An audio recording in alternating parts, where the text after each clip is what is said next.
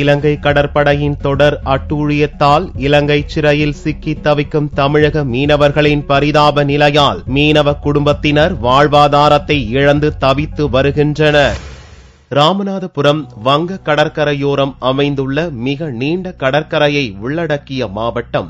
ராமேஸ்வரம், பாம்பன், மண்டபம், தொண்டி, வேதாளை உள்ளிட்ட பல்வேறு பகுதிகளில் இருந்து 1,00,000க்கும் மேற்பட்டவர்கள் பிரதான தொழிலாக மீன்பிடி தொழிலை செய்து வருகின்றனர். மன்னார் வளைகுடா, பாக்ஜலசந்தி, கச்சத்தீவு அருகே ஒரு காலத்தில் மீன்பிடித்து தங்கள் வாழ்க்கையை நிம்மதியாக கழித்து வந்த தமிழக மீனவர்களுக்கு இலங்கையின் உள்நாட்டுப் போர் முடிவுக்கு வந்த பின் ஆரம்பித்தது பிரச்சினை. கச்சத்தீவு அருகே தமிழக மீனவர்கள் மீன்பிடிக்க முடியாத அளவிற்கு இலங்கை கடற்படை தமிழக மீனவர்களை சுட்டு தள்ளுவதும், தாக்குதல் நடத்துவதும், வலைகளை அறுத்து எறிவதும் தொடர்கதையாயின.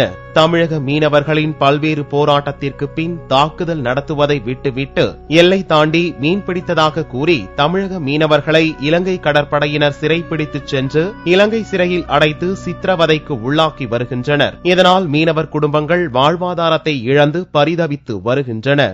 இங்க இருக்கக்கூடிய மீனவ தொழிலாளிகள் மீன்பிடி தொழில் இல்லாமல் பஞ்சம் பிழைப்பதற்காக பல்வேறு மாவட்டங்களுக்கு, வெளி மாநிலங்களுக்கு பிழைக்க போய்கிட்டு இருக்காங்க. மத்திய அரசாங்கத்தை மீண்டும் மீண்டும் நாங்க வலியுறுத்துறோம். எங்களுக்கு இந்த மீனவர்களை மீட்டு தருவதற்கு சரியான நடவடிக்கை எடுத்து தரணும்னு சொல்லி கேட்டுக்கிறோம்.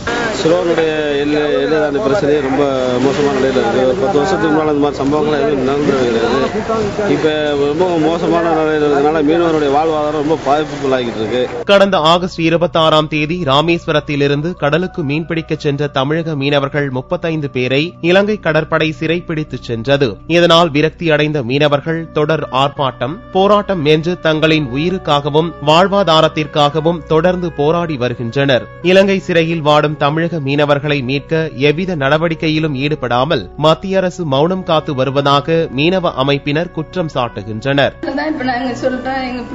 எங்க பிள்ளைகளோட எங்க போட்டுகளை விட்டா நாங்க இங்க இருந்து எந்த தொழிலும் பார்க்க முடியாது.